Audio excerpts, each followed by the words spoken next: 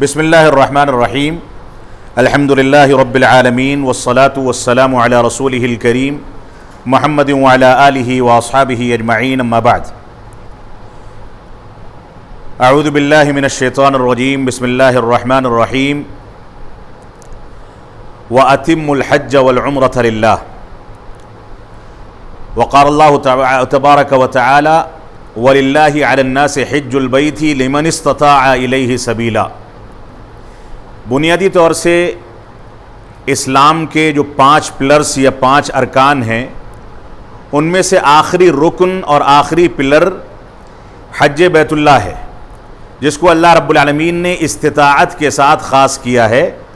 اگر انسان کے پاس استطاعت موجود ہے، طاقت موجود ہے، تو اس کو اپنے بڑھاپے کا یا مزید مال جمع کرنے کا انتظار نہیں کرنا چاہیے، بلکہ پہلی فرصت میں اللہ رب العالمین کے گھر کا حج کرنے کا پلان بنانا چاہیے۔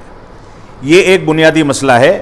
ہمارے ہندوستان میں مشکل یہ ہے کہ لوگ بڑھاپے کا انتظار کرتے ہیں، مزید بیلنس پیدا ہونے کا انتظار کرتے ہیں۔ یہ انتظار غلط ہے، کیونکہ عمر کی ضمانت کسی کے پاس موجود نہیں ہے۔ کوئی آدمی یہ نہیں کہہ سکتا کہ میں کل تک زندہ رہوں گا، پرسوں تک زندہ رہوں گا، لہٰذا اس انداز کا تصور ہمیں اپنے ذہن سے نکال دینا چاہیے۔ جیسے ہی ہمارے اندر طاقت پیدا ہو، ہم فوراً حج بیت اللہ کا پروگرام بنائیں۔ طاقت سے مراد کیا ہے، اس بات کو سمجھ لیں۔ طاقت سے مراد، استطاعت سے مراد لمن استطاع الیہ سبیلا، یہاں سبیلا کا لفظ استعمال کیا گیا ہے کہ جو مکہ مکرمہ جا کر کے وہاں سے واپس آنے کی طاقت رکھتا ہے۔ اب وہ ہوائی سفر سے ہو، پانی کے جہاز سے ہو، یا جو بھی امکانات ہیں اس کے ذریعے سے وہ مکہ مکرمہ جا کر کے حج بیت اللہ کرے اور واپس اپنے گھر آنے کی طاقت رکھے۔ استطاعت کا ایک مفہوم یہ ہے، اور ساتھ ہی اس مفہوم میں یہ بھی جوڑ لیا جائے کہ گھر کا بڑا اگر حج بیت اللہ کے لیے جا رہا ہے اور کچھ ماتحتوں کو یہاں چھوڑ رہا ہے، اپنی آل اولاد کو، اپنے رشتہ داروں کو، اور وہی ایک کمانے والا ہے، تو دوران سفر جو کچھ خرچ آنے کا امکان ہے اس کی ذمہ داری بھی وہ کسی کے سر پہ کر کے اور اس کا انتظام کر کے جائے۔ ہوتا کیا ہے، عام طور سے دیکھا یہ جاتا ہے کہ انسان کے پاس حج بیت اللہ کا امکان پیدا ہوا، وہ چلتا بنا اور گھر والے پریشان ہیں۔ یہ عبادت نہیں ہے۔ گھر والوں کو آسودہ کرنا، گھر والوں کو خوش رکھنا، گھر والوں کے کھانے پینے کا انتظام کرنا، گھر والوں کے دوا علاج کا انتظام کرنا، گھر والوں کے آرام و آسائش کا انتظام کرنا، یہ ساری کی ساری چیزیں استطاعت میں شامل ہیں، اور یہ بھی عین عبادت ہے۔ ایک انسان اپنے گھر والوں کو بھوکا مارے، وہ گناہ کبیرہ کر رہا ہے۔ ایک انسان اپنے گھر والوں کے لیے دوا علاج کا انتظام نہ کرے تو گویا اس نے ایک عظیم گناہ کیا۔ اس وجہ سے استطاعت میں یہ ساری کی ساری چیزیں شامل ہیں۔ میں آپ حضرات کے سامنے جس کتاب کے تناظر میں یہ درس پیش کرنے جا رہا ہوں وہ کتاب ہے تبصیر الناسک باحکام المناسک علی ضوء الکتاب والسنہ والماثور عن الصحابہ۔ یہ عالم اسلام کے مشہور محدث شیخ علامہ عبد المحسن الحمد العباد حفظہ اللہ، جو میرے والد گرامی رحمۃ اللہ علیہ کے بھی استاذ ہیں اور مدینہ کے اس وقت کے سب سے بڑے محدث ہیں، ان کی کتاب ہے، بہت جامع اور بہت مختصر کتاب۔ اس کتاب کو سامنے رکھ کر کے آپ کے سامنے درس پیش کیا جائے گا۔ بعض مسائل میں علامہ البانی رحمۃ اللہ علیہ کی کتاب مناسک الحج، اس سے بھی استفادہ کیا گیا ہے، اور یہاں پر ان دونوں کتابوں کا خلاصہ ایک طریقے سے آپ کے سامنے پیش کیا جائے گا۔ سب سے پہلے حج کے یا عمرے کے طریقے کو شروع کرنے سے پہلے ہماری کچھ اخلاقی ذمہ داریاں ہیں۔ اگر ہم مکہ مکرمہ جاتے ہیں حج کے لیے یا عمرے کے لیے، ہماری کچھ اخلاقی ذمہ داریاں ہیں، اس کا تذکرہ کر دینا ضروری ہے۔ پہلی چیز، بنیادی طور سے ہمیں اپنا عقیدہ درست کرنا ہوگا۔ عقیدہ درست کرنا ہوگا کہ مکہ مکرمہ کا سفر اللہ رب العالمین کی رضامندی کے لیے کیا جا رہا ہے، کسی دوسرے کی رضامندی کے لیے نہیں ہے۔ اور اس کی بے شمار مثالیں موجود ہیں کہ لوگ غیر اللہ کو خوش کرنے کے لیے حج بیت اللہ کا سفر کرتے ہیں. اپنے پیکج میں بغداد کے سفر کو مقدم کرنا کہ بغداد سے ہو کر کے عبد القادر جیلانی رحمۃ اللہ علیہ کی قبر سے ہو کر کے ہم جائیں گے مکہ مکرمہ، تب ہمارا سفر حج مکمل ہوگا. یہ باطل عقیدہ ہے. بعض لوگ یہ بھی عقیدہ رکھتے ہیں کہ اگر حج بیت اللہ کے سفر میں ہم مدینہ نہیں گئے تو ہمارا حج مکمل نہیں ہوگا. یہ بھی باطل عقیدہ ہے. بعض لوگ یہاں تک ظلم کرتے ہیں کہ احرام باندھ کر کے مدینہ کا سفر کرتے ہیں، یعنی سفر کرنا ہے مکہ کا احرام باندھ کر کے، لیکن وہ اپنی فلائٹ ٹور اور ٹریولز والوں سے فلائٹ کی بکنگ کریں گے پہلے مدینہ جانے کی، اور مدینہ جانے سے پہلے بھی احرام باندھیں گے، اور اس کے بعد مدینہ پہنچ کر کے مسجد نبوی میں نمازیں ادا کریں گے، اور پھر اسی احرام میں مکہ مکرمہ چلے جائیں گے. یہ احرام مکہ مکرمہ کے ساتھ خاص ہے. مدینہ جاتے ہوئے کوئی احرام اس اعتقاد سے باندھتا ہے کہ مدینہ جانے کے لیے احرام باندھنا مسنون یا ضروری ہے، تو اس نے ایک باطل عقیدے کا ارتکاب کیا جو اس کے اعمال صالحہ کو ضائع کرنے کا سامان پیدا کرتا ہے. اس وجہ سے ہمیں یہ بنیادی ذمہ داری سمجھنی چاہیے. اسی طریقے سے ہماری اخلاقی ذمہ داری کیا ہے؟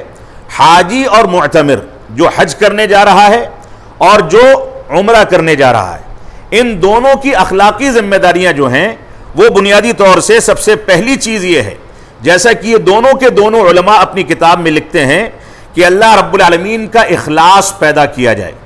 جانے سے پہلے ریاکاری نہ ہو، اخلاص پیدا کیا جائے، اور تمام کے تمام اعمال کو انجام دینے میں اپنی نیتوں کی اصلاح کر لی جائے. یہاں پر ہوتا کیا ہے؟ حاجی کا نام حج کی لسٹ میں آ گیا تو پورے گاؤں اور پورے محلے، پڑوسی اور دوست و احباب اس کو رخصت کرنے ایئرپورٹ پہنچتے ہیں. یہ ریاکاری کی ابتدا ہے. جب حاجی لوٹ کر کے آتا ہے تو پورے محلے کی دعوتیں کی جاتی ہیں اور سب کے لیے ہدیہ اور تحفہ لا کر کے تقسیم کیا جاتا ہے. اور بسا اوقات نہیں بلکہ اکثر ایسا ہوتا ہے کہ اگر حج بیت اللہ کو انجام دینے میں انسان کا 5 لاکھ روپیہ خرچ ہوا ہے، تحفے تحائف پر 10 لاکھ روپے سے زیادہ یہ حج بیت اللہ کے سفر سے زیادہ خرچ ہوتا ہے. یہ ریاکاری ہے. اپنے عمل کو، جو عمل ہمارے اور رب کائنات کے درمیان ہے، اس عمل کو ریاکاری، دکھاوے، فضول خرچی، اسراف و تبذیر کے ذریعے ضائع نہیں کیا جا سکتا. اس وجہ سے ہمیں اللہ کی عبادت میں سریت رکھنی چاہیے. اپنے اور اللہ کے درمیان کے رشتے کو مضبوط بنانا چاہیے. کسی کو بتانے یا کہیں شور کرنے یا ریاکاری کرنے، شہرت طلبی، ان چیزوں کی قطعاً ضرورت نہیں ہے. کسی کو پتہ چلے نہ چلے، ہمارے رب کو پتہ چل گیا کہ ہم اس کے دربار میں گئے تھے، یہ کافی ہے. اسی طریقے سے ہماری اخلاقی ذمہ داریوں میں دوسری ذمہ داری یہ ہے کہ حاجی کے لیے یہ بھی ضروری ہے کہ حج و عمرے کے احکام و مسائل کو جانے سے پہلے سیکھ لے. اللہ کے نبی صلی اللہ علیہ وسلم فرماتے ہیں، خُذُوا عَنِّی مَنَاسِکَکُمْ. صحیح مسلم کی حدیث ہے کہ مجھ سے حج کے طریقے کو سیکھ لو، لے لو. اور بعض روایات میں ہے کہ ہو سکتا ہے کہ آئندہ سال میں زندہ نہ رہوں تو تم کو یہ مسائل نہ بتا سکوں، اس وجہ سے ابھی مجھ سے ان چیزوں کو سیکھ لیا جائے. لہذا حاجی کی دوسری بنیادی ذمہ داری یہ ہے کہ وہ جانے سے پہلے حج و عمرے کے احکام و مسائل کو تفصیل کے ساتھ سمجھے اور سیکھ لے. یہ بھی اس کی ذمہ داری ہے. تیسری ذمہ داری یہ ہے کہ سفر میں اچھے لوگوں کی صحبت اختیار کرے، نیک ہوں، نمازی ہوں، پرہیزگار ہوں. ورنہ یہاں سے جانے والے جیسے یہاں بیڑی سگریٹ پیتے ہیں، ویسے مکہ مکرمہ اور مدینہ منورہ میں بھی بیڑی سگریٹ پیتے ہیں، حرام کام کرتے ہیں. جیسے یہاں جھوٹ بولتے ہیں ویسے وہاں بھی جھوٹ بولتے ہیں. جیسے یہاں تصویر کشی اور فضول قسم کے شوق اپناتے ہیں، ویسے ہی احرام کی حالت میں طواف کرتے ہوئے، سعی کرتے ہوئے ہر لمحے کی تصویریں کھینچ کر کے اس کو سیو کیا جاتا ہے، سوشل میڈیا پر پوسٹ کیا جاتا ہے. یہ ریاکاری کا ذریعہ ہے. جو چیزیں آپ کے اندر شریعت کے خلاف ہیں ان کو چھوڑنے کا نام حج بیت اللہ ہے. لہذا اچھے لوگوں کی صحبت اختیار کی جائے. ایسے افراد جن کا چہرہ مہرہ اسلامی چہرہ مہرہ ہو، جو لباس اسلامی طریقے پر پہنتے ہوں، ایسی خواتین جو باپردہ رہتی ہوں، ایسے افراد جو حرام چیزوں کا اختیار نہ کرتے ہوں، ایسے لوگ جو صرف سچ بولتے ہوں، جھوٹ نہ بولتے ہوں، ایسے لوگوں کی صحبت اختیار کی جائے، کیونکہ اچھے لوگوں کی صحبت کے نتیجے میں انسان اچھے کام کرتا ہے، اور برے لوگوں کی صحبت کے نتیجے میں کبھی کبھار بہت اچھا انسان جو بہت نیک تھا وہ بروں کی صحبت کی وجہ سے اثر قبول کر کے تباہ و برباد ہو جاتا ہے۔ لہذا انسان کو عام زندگی میں بھی اچھی صحبت اختیار کرنی چاہیے، اور حج بیت اللہ کا سفر جو ہو ایک عظیم عبادت کا سفر ہے، اس میں بھی اچھی صحبت اختیار کرنی چاہیے۔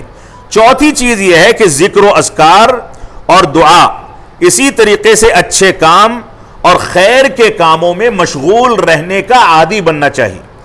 جب آپ سفر کے لیے نکلیں اسی وقت سے تلاوت کلام پاک کا اہتمام کریں، دعاؤں کا اہتمام کریں، ذکر و اذکار کا اہتمام کریں، اللہ رب العالمین کے ساتھ زیادہ مشغول رہیں، ادھر ادھر کی چیزوں میں اپنا وقت ضائع نہ کریں۔ ذکر و اذکار، تلاوت کلام پاک، اچھی باتیں ایک دوسرے کو بتانے، دعوت و تبلیغ کرنے، ان چیزوں میں زیادہ مصروف رہیں۔ تھوڑا بہت وقت آپ کو گزارنا ہے کہ آپ ان چیزوں سے بہت زیادہ کثرت کے ساتھ مصروف رہتے رہتے اب چاہتے ہیں کہ تھوڑی دیر آزاد رہیں، تو اس آزادی کو بوڑھے حجاج ہیں ان کو پانی پلانے کے لیے، ان کی خدمت کرنے کے لیے، ان کو استنجا خاضہ اور قضاء حاجت وغیرہ کے لیے جانا ہے تو وہاں جا کر کے ان کے لیے نمبر لگا دیں، ان کی خدمت کریں، تو حجاج کی خدمت میں بقیہ اوقات استعمال کریں اور زیادہ سے زیادہ وقت ذکر و اذکار اور تلاوت کلام پاک میں لگایا جائے۔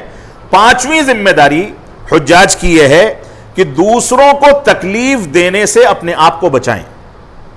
بہت بار ایسا ہوتا ہے کہ آپ چل رہے ہیں، آپ کا پیر کسی کے پیر پر پڑ گیا، اس کو تکلیف ہو گئی، آپ سوچتے ہیں کہ یہ بھیڑ کی وجہ سے ہوا ہے، لیکن آپ کی ذمہ داری ہے کہ آپ اس کو روک کر کے معذرت کریں کہ میں نے جان بوجھ کر کے نہیں کیا ہے، اس سے معافی مانگیں تاکہ اس کے دل میں آپ کے بارے میں کوئی خلش نہ رہ جائے۔ ایسے مقام پر، جس مقام پر لوگ جانے کے لیے ترستے ہیں، وہاں جا کر کے آپ کسی کے تکلیف کا سامان کریں تو یہ آپ کے لیے بڑے افسوس کا مقام ہے۔ اس وجہ سے دوسروں کو تکلیف دینے سے بچیں اور کوشش کریں کہ آپ نہ زبان سے کسی کو تکلیف دیں، نہ ہاتھ پیر سے کسی کو تکلیف دیں، نہ آپ کا کوئی عمل ایسا ہو جس کی وجہ سے کسی کو تکلیف ہو۔ خیمے میں رہ رہے ہیں، وہاں لوگوں کے لیے خوشحالی پیدا کریں، تکلیف سے بچیں۔ عرفات میں ہوں، منی میں ہوں، مزدلفہ میں ہوں، طواف کر رہے ہوں، سعی کر رہے ہوں، ہر جگہ پر آپ کو کسی کو تکلیف پہنچانے سے بچنا ہے اور خوش اخلاقی کے ساتھ زندگی گزارنی ہے۔ یہ آپ کی پانچویں ذمہ داری ہے، اگرچہ بہت ساری ذمہ داریاں مزید ہو سکتی ہیں۔ اسی طریقے سے ایک بنیادی چیز ہے حج و عمرے کی فضیلت۔ حج اور عمرے کی فضیلت کیا ہے، اس کے بارے میں آپ تھوڑا سا خاکہ سمجھ لیں۔ حج و عمرے کی فضیلت میں صحیح بخاری کی ایک روایت ہے، اللہ کے نبی صلی اللہ علیہ وسلم نے فرمایا کہ العمرۃ الی العمرۃ کفارۃ لما بینہما والحج المبرور لیس لہ جزاء الا الجنہ۔ فرمایا کہ ایک عمرے سے دوسرے عمرے کے درمیان کی جو زندگی ہے اس میں ہونے والے صغیرہ گناہوں کو اللہ رب العالمین معاف فرما دیتا ہے، یہ عمرے کی فضیلت ہے۔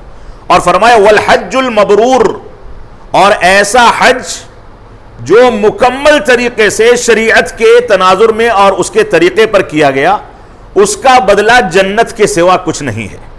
یہ ہماری ذمہ داری ہے کہ ہم اپنے حج کو حج مبرور بنانے کی کوشش کریں۔ حج مبرور کس کو کہا جاتا ہے؟ ایسا حج جس میں انسان نے اپنے زبان کو قابو میں رکھا ہو، ایسا حج جس میں کسی انداز کا گناہ نہ کیا جائے، ایسا حج جس میں کسی کو تکلیف نہ پہنچائی جائے، ایسا حج جس میں قرآن و سنت کے مطابق مکمل احکامات انجام دیے جائیں، اس کو حج مبرور کہا جاتا ہے۔ ہم اللہ رب العالمین سے دعا کریں گے کہ اللہ رب العالمین ہمارے حج کو حج مبرور بنائے اور ہمارے حج کو قبول فرمائے۔ حج مبرور کی ایک دوسری فضیلت ہے کہ جس کا حج قبول ہو گیا، مبرور ہے، اور جس نے حج میں عبث اور خراب باتوں سے اپنے آپ کو بچا لیا، رجع کیوم ولدتہ امہ، بہت عظیم فضیلت بتائی گئی کہ جب حج سے لوٹتا ہے تو ویسے ہی لوٹے گا جیسے اس کی ماں نے اس کو جنا ہے. جب بچہ جنا جاتا ہے ماں کی پیٹ سے تو اس کے کھاتے میں گناہ نہیں ہوتے، وہ معصوم ہوتا ہے، وہ گناہ کر ہی نہیں سکتا، اس کو معصوم بنایا گیا ہے. لہذا حج مبرور کا سب سے بڑا فائدہ یہ ہے کہ انسان واپس آتا ہے تو بالکل صاف و شفاف، سارے گناہ اس کے معاف کر دیے جاتے ہیں. لہذا حج مبرور کو اختیار کرنے کی ہمیں کوشش کرنی چاہیے. اسی طریقے سے حج و عمرے کی ایک فضیلت یہ ہے، ابو ہریرہ رضی اللہ عنہ فرماتے ہیں کہ میں نے اللہ کے نبی صلی اللہ علیہ وسلم سے ارشاد فرماتے ہوئے سنا، جیسا کہ حدیث میں نے آپ کے سامنے ذکر کی، کہ جس نے حج انجام دیا اس حج میں فضول باتیں، جھوٹ، زبان سے کسی کو تکلیف دینا، فسق و فجور کرنا، ان ساری کی ساری چیزوں سے وہ اپنے آپ کو بچا کر کے رکھتا ہے. رجع کیوم ولدتہ امہ، تو وہ حج سے ایسے ہی لوٹے گا جیسے گویا اس کی ماں نے اس کو جنم دیا ہے. اسی طریقے سے اس کی ایک فضیلت حضرت عائشہ صدیقہ رضی اللہ عنہا فرماتی ہیں. اما عائشہ کہتی ہیں کہ اللہ کے نبی صلی اللہ علیہ وسلم حل علی النساء من جہاد، کہ اللہ کے نبی صلی اللہ علیہ وسلم کیا عورتوں کے لیے بھی جہاد ہے کہ وہ نکلیں، جنگ کریں، دشمنان اسلام پر حملہ کریں، اسلام کی سربلندی کے لیے جد و جہد کریں، کیا خواتین پر بھی جہاد ہے؟ تو اللہ کے نبی صلی اللہ علیہ وسلم فرمایا کہ نعم، ہاں خواتین پر بھی جہاد ہے. جہاد لا قتال فیہ، ایسا جہاد جس میں لڑائی اور جنگ نہیں ہوتی، ایسا جہاد جس میں لڑائی اور جنگ نہیں ہوتی. فرمایا الحج والعمرہ، یہ عورتیں صرف حج کر لیں، عمرہ کر لیں، ان کو حج اور عمرے کا ثواب تو ملتا ہی ہے، ساتھ میں اللہ رب العالمین جہاد کا ثواب بھی دیتا ہے. یہ خواتین کے لیے خاص فضیلت ہے جو اما عائشہ صدیقہ رضی اللہ عنہا نے اس روایت کے اندر ذکر کی ہے. اس میں مرد حضرات شامل نہیں ہیں. اس وجہ سے خواتین کو اگر دین پر سربلندی پانی ہے، دین پر مضبوطی کے ساتھ قائم ہونا ہے، زیادہ سے زیادہ ثواب کمانا ہے، تو ان خواتین کو اپنے محارم کو راضی کرنا چاہیے کہ ہمیں لے کر کے حج و عمرہ کرائیں، بجائے اس کے کہ ہم گرمی میں کہیں کی ٹرپ بنائیں، لاکھوں کروڑوں روپے اس پر برباد کریں. کبھی کبھار باہر نکلا جائے، بچوں کے لیے کھیل کود کے سامان مہیا کیے جائیں، لیکن ہمیں اللہ رب العالمین کا حق ادا کرنے اور اس کی عبادت کو انجام دینے کے لیے اپنے مال کا ایک سرمایہ، ایک حصہ اللہ رب العالمین کی عبادت کے لیے بھی خاص کرنا چاہیے. اگر خواتین حج اور عمرے کی تکلیف کو برداشت کر لیتی ہیں تو یہی تکلیف ان کے لیے جہاد کے برابر ہے. یہ اللہ کے رسول صلی اللہ علیہ وسلم کا فرمان ہے. اسی طریقے سے اب ہم آتے ہیں حج کے احکام و مسائل میں. بنیادی طور سے حج کن لوگوں پر واجب ہے؟ اس سلسلے میں پہلے آپ کے سامنے ایک چیز ذکر کی گئی کہ حج ان لوگوں پر واجب ہے جو استطاعت رکھتے ہیں، لیکن حج کے وجوب کے لیے کچھ تفاصیل بھی ہیں. بنیادی طور سے حج ہر اس شخص پر واجب ہے جو عقل رکھتا ہے، سمجھ سکتا ہے، اسی طریقے سے آزاد ہے، غلام نہیں ہے. غلامی کا سسٹم اگرچہ اللہ رب العالمین کے فضل و کرم سے اب دنیا سے تقریباً ختم ہو چکا ہے. لوگ آپس میں پیسوں کی بنیاد پر ایک دوسرے کو غلام بنا رہے ہیں، کرسیوں کی بنیاد پر غلام بناتے ہیں، لیکن وہ بیچنے خریدنے والا سسٹم عملی طور پر دنیا سے تقریباً ختم ہو چکا ہے. تو ایک شخص جو عاقل ہے، عقل رکھتا ہے، بالغ ہے، آزاد ہے، صاحب استطاعت ہے، اس مسلمان پر حج فرض ہے. اور عورتوں کے لیے ان شرائط کے ساتھ ایک شرط اور ہے، وہ شرط ہے کہ ان کے ساتھ کوئی محرم ہونا چاہیے. ان کا شوہر ہو، ان کا چچا ہو، ان کا باپ ہو، ان کا بالغ بیٹا ہو، ان کا بھائی ہو. جن خواتین سے ان مردوں کا پردہ نہیں ہے، جن مردوں سے وہ شادی نہیں کر سکتی، ان سے پردہ نہیں ہے، ان کے سامنے جا سکتی ہیں، وہ ان میں سے کوئی مرد سفر حج و عمرے میں ان کے ساتھ ہونا چاہیے. یہ خواتین کے لیے ایک بنیادی شرط. موجودہ دور میں یہ دیکھا جاتا ہے کہ خواتین گروپ بنا کر کے عمرے کے لیے چلی گئی. 50 عورتوں کا گروپ ہے اور وہ ان میں عمرے کے لیے چلی جاتی ہیں، حج کے لیے چلی جاتی ہیں، اور حکومتوں کی آپسی پالیسیوں کے نتیجے میں یہ خرابیاں تیزی سے رنگ پکڑ رہی ہیں۔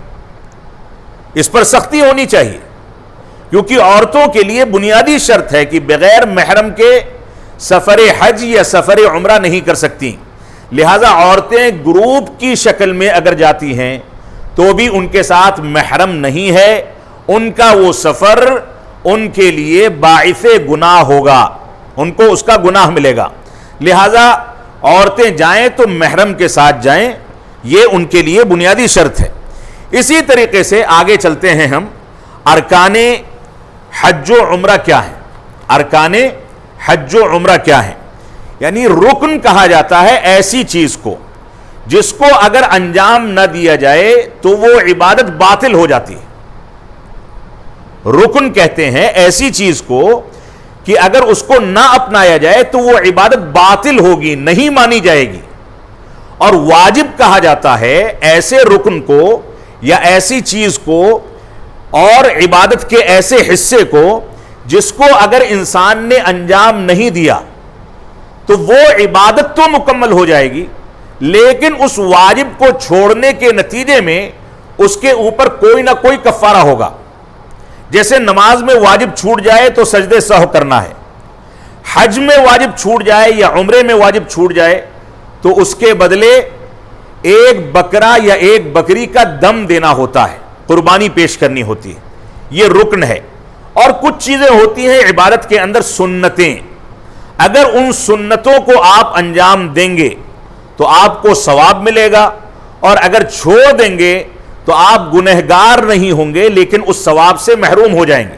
اور جان بوجھ کر کے ہمیشہ چھوڑیں گے تو ایسی صورت میں بہت ممکن ہے کہ اس خلل کی وجہ سے آپ کی عبادت کے اندر دھیرے دھیرے خرابی پیدا ہونے لگے، اور دھیرے دھیرے وہ خرابی آپ کی عبادت کو کھوکھلا کر دے۔ اس وجہ سے ہمیں سنتوں کا بھی مکمل لحاظ کرنا چاہیے، واجبات کا تو لحاظ کرنا ہی ہے، اور ارکان کے بغیر تو عبادت انجام دی ہی نہیں جا سکتی۔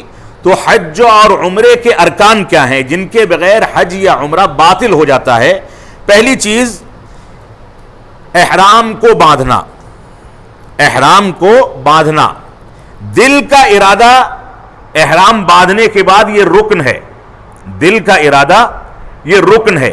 یعنی انسان جب میقات سے احرام باندھے گا تو دل میں ارادہ کر لے کہ میں عمرے کا یا حج کا احرام باندھ رہا ہوں، دل میں اگر اس نے ارادہ کر لیا تو اس کا رکن ادا ہو گیا، لیکن زبان سے حج اور عمرے کی نیت کرنا یہ واجب ہے۔ اگر اس نے میقات پر احرام کی نیت کرنے کے بعد زبان سے اس بات کا اقرار نہیں کیا کہ لبیک اللہم حجن یا لبیک اللہم عمرتن، اگر زبان سے یہ نہیں کہا تو اس کو دم دینا پڑے گا۔ دل میں ارادہ بھی نہیں کیا تو اس کا حج اور عمرہ باطل ہوگا۔ دل میں ارادہ کر لیا ہے تو حج اور عمرہ مکمل ہو جائے گا، لیکن زبان سے اقرار یا نیت نہ کرنے کی وجہ سے اس کے اوپر دم واجب ہوگا۔ اور اس بات کو بھی سمجھ لیں کہ جتنی بھی عبادتیں اسلام کے اندر ہیں سب میں نیت دل میں کی جاتی ہے۔ حج اور عمرہ دو ایسی عبادتیں ہیں جس کی نیت زبان سے کی جاتی ہے، باقاعدہ بآواز بلند کہا جاتا ہے کہ اللہ رب العالمین میں حج کے لیے یا اے اللہ رب العالمین میں عمرے کے لیے تیرے دربار میں حاضر ہوں، تیرے سامنے حاضر ہوں، یہ زبان کی نیت ہوتی ہے۔ اپنی زبان میں کہی جائے یا عربی زبان میں کی جائے کوئی فرق نہیں پڑتا۔ تو ارکان میں پہلی چیز احرام باندھنا اور دل میں ارادہ کرنا۔ اسی طریقے سے طواف کرنا یہ عمرے اور حج دونوں کا رکن ہے۔ اگر انسان نے طواف نہیں کیا، طواف قدوم، تو ایسی صورت میں اس کا حج بھی باطل ہے اور عمرہ بھی باطل ہے۔ اسی طریقے سے سعی کرنا، سعی کرنا عمرے کے لیے جب آپ طواف کرتے ہیں تو طواف کے بعد صفا مروہ کے درمیان سعی کرتے ہیں، یہ سعی کرنا بھی ارکان میں سے ہے، اگر نہیں کیا تو آپ کی عبادت باطل ہوگی۔ حج میں ان تین ارکان کے ساتھ ایک رکن کا اضافہ ہے، یہ تین ارکان حج اور عمرے کے مشترک ہیں، اور حج میں ایک مزید رکن ہے، وہ وقوف عرفہ۔ عرفات کے میدان میں پہنچ کر کے وہاں ٹھہرنا یہ حج کا ایک رکن ہے، یعنی 3 ارکان حج اور عمرے دونوں کے لیے، اور ایک وقوف عرفہ یہ حج کا رکن ہے۔ تو حج کے 4 ارکان ہوئے اور عمرے کے 3 ارکان ہوئے، جیسا کہ آپ کے سامنے واضح کیا گیا۔ اسی طریقے سے حج اور عمرے کے واجبات، حج اور عمرے کے واجبات کیا ہیں؟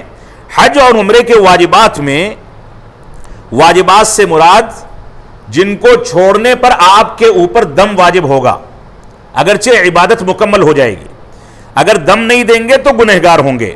پہلی چیز میقات سے احرام باندھنا، میقات سے احرام باندھنا یہ واجب ہے۔ اگر انسان میقات سے گزر جائے اور میقات کے اندر کے حصے میں احرام باندھتا ہے تو اس کو دم دینا ہوگا، اگرچہ وہ حج اور عمرے کو انجام دے سکتا ہے۔ میقات سے گزر جانے کی وجہ سے اس نے ایک واجب کو چھوڑ دیا، گویا اس نے اپنے اوپر دم کو واجب کر لیا۔ تو میقات سے احرام کو باندھنا، اللہ کے نبی صلی اللہ علیہ وسلم نے ہر جہاد کے لیے میقات متعین کیے ہیں، جس پر میں ابھی آؤں گا۔ اسی طریقے سے عمرے کو مکمل کرنے کے بعد یا حج کو مکمل کرنے کے بعد 10 ذی الحجہ کو یا عمرے میں طواف اور سعی کو مکمل کرنے کے بعد بال کو چھلوانا یا کٹوانا، مردوں کے لیے چھلوانا یا کٹوانا، عورتوں کے لیے اپنی چوٹی کے نیچے کے حصے سے کم از کم 2 انگلیوں کے برابر بال کاٹ دینا۔ یہاں پر جو غلطی کی جاتی ہے اس کو بھی سمجھ لیں۔ خواتین کو بال کاٹنے کے لیے اپنے بال پر ہاتھ لگوانے کی ضرورت ہے۔ جو انسان کاٹے گا وہ بال کو پکڑے گا، کینچی چلائے گا، یہ پکڑنے کا اختیار صرف محرم کو ہے۔ خواتین آپس میں ایسا کر سکتی ہیں، لیکن کسی اجنبی مرد یا کسی نائی سے کہیں کہ میرے بال کو کاٹ دو، یہ حرام کام ہے، وہ نامحرم ہے، لہذا ان کا کوئی محرم مرد اس کا بال کاٹے گا یا خواتین آپس میں ایک دوسرے کا بال کاٹ لیں گی۔ تو دوسرا واجب ہے خواتین کے لیے چوٹی کے نیچے کا حصہ کاٹنا اور مردوں کے لیے بال کو چھلوانا یا کٹوانا۔ اسی طریقے سے تیسری چیز ہے، جو شخص عرفات کے میدان میں پہنچ جائے اس کے لیے غروب آفتاب تک ٹھہرنا،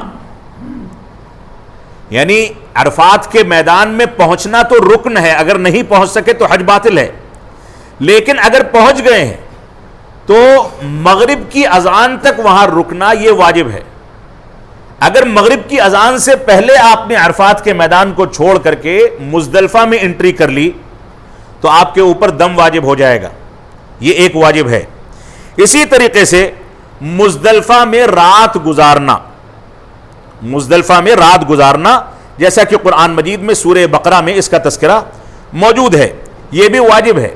اگر تھوڑی دیر بھی وہاں نہیں ٹھہر سکے تو ایسی صورت میں ہمارے اوپر دم واجب ہوگا۔ آدھی رات تک ٹھہرنا یہ واجب ہے، پوری رات ٹھہرنا یہ سنت ہے۔ آدھی رات کے بعد کوئی ضرورت مند ہے، کمزور ہے، بیمار ہے، بوڑھا ہے، یا خواتین جو بھیڑ میں جانے سے کترانا چاہتی ہیں اپنے پردے کی وجہ سے، حجاب کی وجہ سے، تو وہ آدھی رات کے بعد وہاں سے نکل سکتی ہیں، ان کے لیے گنجائش رکھی گئی۔ 5واں واجب جو حج و عمرے کا ہے وہ ہے، بلکہ عمرے حج کا ہے، وہ یوم النحر۔ یوم النحر یعنی 10 ذی الحجہ، چاند کی 10 تاریخ، 10 ذی الحجہ کو جمر عقبہ کو کنکری مارنا، جمر عقبہ کو کنکری مارنا۔ جمر عقبہ سے مراد کیا ہے؟ جمر عقبہ سے مراد بڑا والا، جو بڑا والا جمرہ ہے۔ 3 جمرات ہیں، ایک بڑا اور ایک متوسط اور ایک چھوٹا۔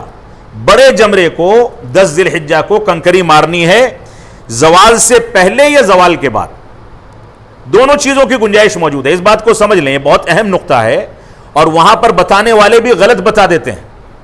جو کیبن بنے ہیں وہاں پر اگر آپ یہ سوال کریں گے تو بھیڑ کو چھانٹنے کے لیے وہ لوگ غلط رہنمائی کر دیتے ہیں کبھی کبھار۔ وہ کیا ہے کہ 10 تاریخ کو زوال سے پہلے، زوال سے مراد جب سورج سر پر آ جائے، ظہر کا وقت شروع ہونے سے پہلے 10 تاریخ کو تو آپ رمی جمرات کر سکتے ہیں، یعنی بڑے والے کو کنکری مارنی ہے آپ کو۔ زوال سے پہلے مار سکتے ہیں، زوال کے بعد بھی مار سکتے ہیں، لیکن 11 کو 12 کو اور اگر مینا میں رک رہے ہیں تو 13 کو زوال سے پہلے نہیں مار سکتے، زوال کے بعد ہی مارنا ہے. زوال سے پہلے اگر ماریں گے تو آپ کے اوپر دم واجب ہو جائے گا. اس بات کو سمجھ لیں. عام طور سے لوگ رات میں 12 بجے کے بعد ہی مار لیتے ہیں، فجر کے پہلے ہی مار لیتے ہیں، فجر کے بعد ہی مار لیتے ہیں. یہ درست نہیں ہے. زوال کے بعد ہی مارنا، یعنی ظہر کی نماز آپ پڑھیں، اس کے بعد جا کر کے کنکری ماریں اور پھر وہاں سے لوٹ کر کے اپنے خیمے میں آ جائیں. تو یوم النحر کو جمرے عقبہ یعنی بڑے والے کو کنکری مارنا، یہ زوال سے پہلے بھی زوال کے بعد بھی دونوں چیزوں کی گنجائش، دونوں وقت کی گنجائش موجود ہے. اسی طریقے سے ایک واجب جو حاجی کے لیے ہے وہ ایام تشریق کی راتیں مینا میں گزارنا، ایام تشریق کی راتیں مینا میں گزارنا. اور اس کے بعد ایک واجب بچتا ہے حاجی کے لیے، وہ طواف وداع.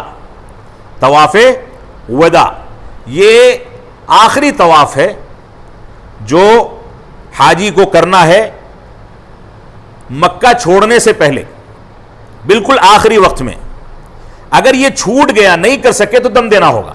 لیکن اس کے علاوہ ایک طواف ہے جو عمرے میں رکن ہے، جیسا کہ پہلا بتایا گیا، اور حج میں وہ طواف رکن ہے. وہ کون سا ہے؟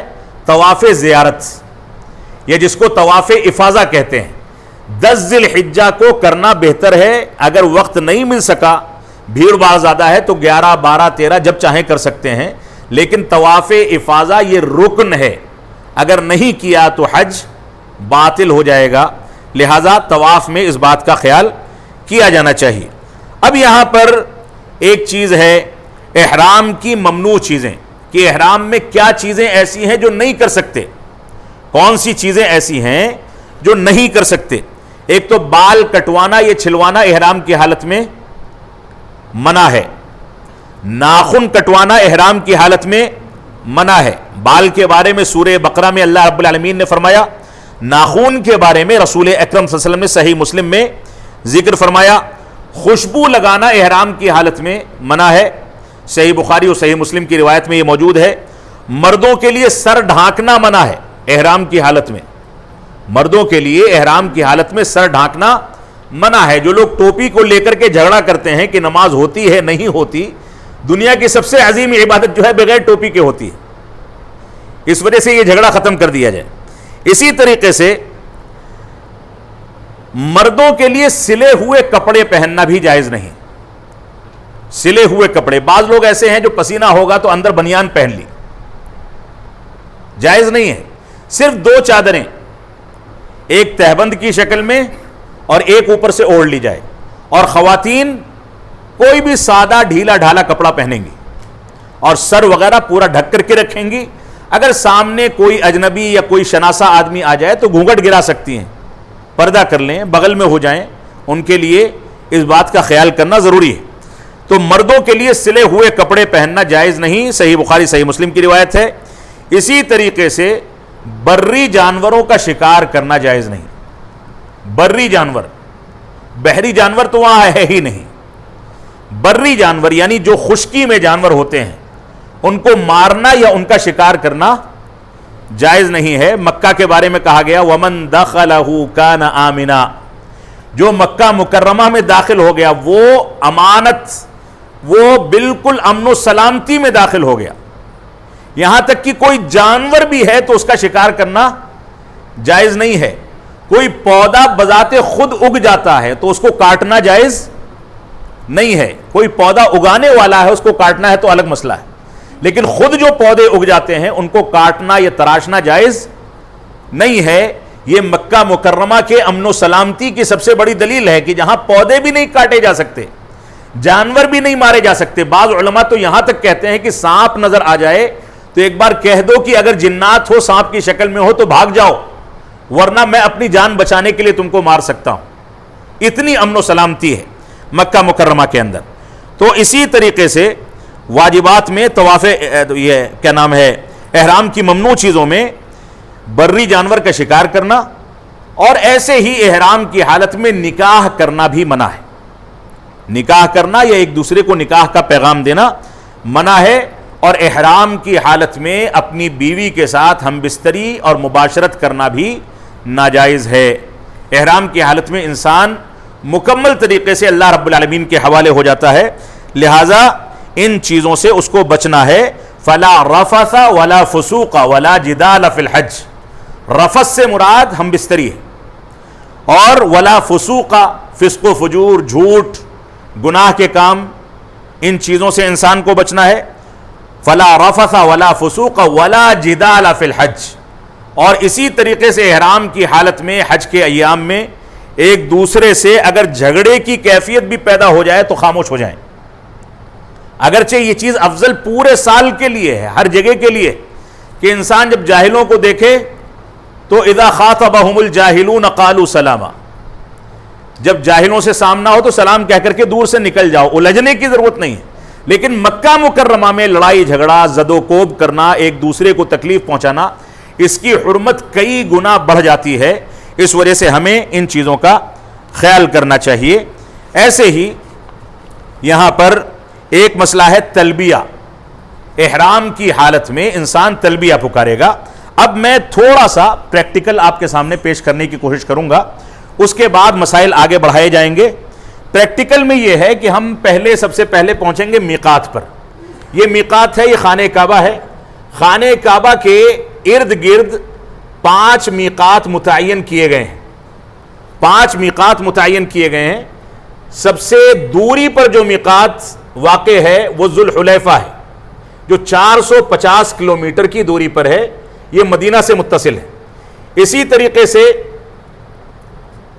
ایک میقات ہے 75 کلومیٹر کی دوری پر جس کو السیل کہتے ہیں. ایسے ہی ایک میقات ہے ذات العرق جو 94 کلومیٹر کی دوری پر ہے. اور الجحفہ نام کا ایک میقات ہے جو 183 کلومیٹر کی مسافت پر ہے. اور یلملم یہ ایک میقات ہے جو 92 کلومیٹر کی مسافت پر ہے. اور ہندوستان سے جو لوگ فلائٹ میں جاتے ہیں ان کا غالباً میقات یہی پڑتا ہے. یہ میقات خانہ کعبہ کے چاروں گرد ہیں. جو جس طرف سے آئے گا اس کو اس جانب میقات پر رک کر کے احرام پہننا ہے. اگر وہ ہوائی سفر سے آ رہا ہے تو ایسی صورت میں اس کو ہوائی جہاز میں میقات کے اوپر جب گزرے گا ہوائی جہاز تو وہاں سے نیت کرنی ہے. وہ احرام کے کپڑے پہلے سے پہن لے اور وہاں سے نیت کر لے کہ لبیک اللہم حجن یا لبیک اللہم عمرتن. جو طریقہ ہے وہ طریقہ آگے آئے گا. میقات پر احرام باندھنے کے بعد ہم مکہ مکرمہ میں داخل ہوں گے. مکہ مکرمہ جو مقدس سرزمین ہے، اللہ رب العالمین نے یہاں پر خانہ کعبہ رکھا. یہ پوری دنیا کے وسط میں واقع شہر ہے، پوری دنیا کے درمیان میں، بالکل میڈیم میں. اسی وجہ سے اس شہر کو ام القریٰ بھی کہا جاتا ہے، سارے شہروں کی ماں. مکہ مکرمہ کی سب سے بڑی عظمت یہ ہے کہ اللہ رب العالمین نے فرمایا وَمَن يُرِدْ فِيهِ بِإِلْحَادٍ بِظُلْمٍ نُذِقْهُ مِنْ عَذَابٍ أَلِيمٍ. مکہ مکرمہ میں جو کسی انداز کے گناہ اور جرم کرنے کا صرف ارادہ کر لے دل میں تو اللہ رب العالمین اس کو دردناک عذاب سے دوچار کرتا ہے. صرف ارادہ کرنے پر. اس کام کو انجام دینے والوں کی کیا صورت ہوگی یہ تو اللہ ہی بہتر جانتا ہے. اسی وجہ سے حضرت عمر بن خطاب رضی اللہ تعالیٰ عنہ کے عہد خلافت میں جب حضرت عمر بن خطاب رضی اللہ تعالیٰ عنہ حج ختم ہو جاتا تھا تو کوڑا لے کر کے نکلتے تھے اور مکہ کے باہر کے لوگ جو حج کے لیے آئے تھے ان کو ڈرا کر کے بھگاتے تھے کہ مکہ چھوڑ کر کے چلے جاؤ، کیونکہ یہاں رہو گے تو گفتگو کرو گے، جھوٹ منہ سے نکل سکتا ہے، کوئی گناہ کا کام کرو گے گرفت نہ ہو جائے. لہذا وہاں ٹھہرنے سے روکتے تھے کہ جلدی سے جلدی اپنا کام کر کے عبادت کر کے وہاں سے نکل جایا جائے. تو ہم میقات سے آئیں گے مکہ مکرمہ احرام پہننے کے بعد. اب یہاں پر ہمارا طواف شروع ہوگا جو طواف قدوم ہے. طواف قدوم ہے. اگر ہم حج کے لیے گئے ہیں تو حج سے پہلے عمرہ جو کرنا ہے اس کا طواف، اس کو بھی طواف قدوم کہا جاتا ہے. اور اگر ہم وہاں پر ڈائریکٹلی کوئی ایسا کام انجام دے رہے ہیں جو عمرے کے ساتھ ختم ہو جاتا ہے، یعنی عمرہ کر رہے ہیں، تو وہ بھی طواف قدوم ہے. طواف قدوم کہاں سے شروع ہوتا ہے؟ یہ کارنر جو ہے خانہ کعبہ کا، یہ والا کارنر، پیچھے آپ نے دیکھا ایک دیوار سی آ رہی ہے، یہ حتیم ہے، خانہ کعبہ کا بقیہ حصہ جہاں خانہ کعبہ حلال روزی کے مہیا نہ ہونے کی وجہ سے تعمیر نہیں ہو سکا تھا. تو یہ حتیم ہے. حتیم کے اپوزٹ سائڈ پر یہ والا کارنر یہ حجر اسود ہے، یہاں سے ہمارا طواف شروع ہوتا ہے اور یہاں سے ہم چکر لگانا شروع کرتے ہیں. رکن یمانی یہ والا ہے، یہاں تک آتے ہیں اور اس کے بعد یہاں پہنچتے ہیں. ان دونوں کے درمیان ایک خاص دعا ثابت ہے، باقی ربنا آتنا فی الدنیا حسنۃ وفی الآخرۃ حسنۃ وقنا عذاب النار، اس رکن سے اس رکن تک. باقی پھر یہاں پر حجر اسود کو بوسہ دیں یا ہاتھ لگا کر کے طواف آگے کریں یا دور سے اشارہ کریں، تینوں طریقے کی تفصیل آپ کو ابھی بتائی جائے گی. تو یہ ہے خانہ کعبہ کے 7 چکر ہم لگائیں گے اور اس کے بعد خانہ کعبہ کے بغل میں مقام ابراہیم ہے، اس کے آس پاس یا جہاں جگہ ملے وہاں طواف کی 2 رکعتیں پڑھی جائیں گی. اور اس کے بعد سنت یہ ہے کہ اگر انسان روزے سے نہیں ہے تو جا کر کے یہیں بغل میں زمزم کا کنواں ہے جو اب بند کر دیا گیا، زمزم کے کنویں کے اوپر جو ٹوٹیاں لگی ہیں وہاں پر پانی پئیں زمزم کا، یہ بھی سنت ہے. اور اس کے بعد یہاں سے آپ مروہ کی جانب جائیں گے. مروہ اسی کارنر پہ آگے چل کے، اسی حجر اسود والے کارنر پر آگے چل کے جب آپ دائیں جانب چلیں گے تو مروہ پر پہنچیں گے، صفا پر پہنچیں گے. صفا کی پہاڑی کے پاس کھڑے ہو کر کے خانہ کعبہ کی جانب رخ کر کے آپ کو ایک دعا پڑھنی ہے، ایک آیت پڑھنی ہے. پھر صفا سے مروہ تک ایک چکر، مروہ پر پھر دعائیں، مروہ سے صفا تک دوسرا چکر، پھر صفا سے مروہ تک تیسرا. ہر چکر میں دعا پڑھیں گے اور درمیان میں مرد حضرات کے لیے ایک مقام ہے جہاں پر ان کو دوڑنا ہے. میں اس کو بہت اختصار کے ساتھ آپ کے سامنے ذکر کر رہا ہوں، آگے تفصیل سے بیان آئے گا. صفا اور مروہ سے ہم جب فارغ ہو گئے تو اب یہاں سے فارغ ہونے کے بعد چاہے ہم عمرہ کر رہے ہوں چاہے ہم حج کر رہے ہوں، ہم کو اپنے بال چھلوانے ہیں یا کٹوانے ہیں، اور خواتین کو اپنے بال ترشوانے ہیں نیچے کی جانب سے. اس کے بعد ہم اپنے رہائش پر واپس آ جائیں گے. 8 ذی الحجہ کا انتظار کریں گے. 8 ذی الحجہ کو جہاں ہم رہ رہے ہیں وہیں سے دوبارہ احرام باندھ کر کے ہم منا کی جانب جائیں گے. منا جو رمی جمرات سے آگے ہے، مکہ سے سیدھا منا چلے جائیں گے اور منا 8 ذی الحجہ کو ہمارا سفر حج شروع ہوگا. منا سے 8 ذی الحجہ کو نمازیں ادا کر کے ہم رات میں جو گروپ کا پیکج ہے اس کے لحاظ سے، یا اصل یہ ہے کہ اگلے دن 9 ذی الحجہ کو صبح صلاۃ فجر کے بعد منا سے عرفات جانا ہے اور عرفات میں ظہر عصر کی نماز پڑھنی ہے ایک ساتھ. ظہر کے وقت میں مقدم کر کے قصر 2 رکعت، اور اس کے بعد وہ پورا دن ہم صرف دعاؤں میں گزاریں گے مغرب تک. یہ عرفات کا میدان ہے جس کی تصویر یہاں لگائی گئی. عرفات سے مغرب کی اذان کے وقت یعنی جب سورج ڈوب جائے تب عرفات سے نکل کر کے ہم کو دوبارہ لوٹنا ہے. کہاں آنا ہے؟ مزدلفہ آنا ہے. یہ مزدلفہ کی وہ مسجد ہے جس کا تذکرہ قرآن مجید کے اندر ہے، جس کو مشعر حرام کہا جاتا ہے.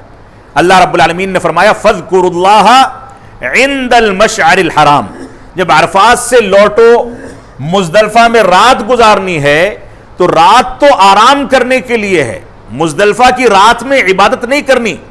3 روز کی تھکان ہے آپ کے جسم پر، لہذا مزدلفہ کی پوری رات آپ کو سو کر کے گزارنی ہے. آرام کرنا ہی عبادت ہے.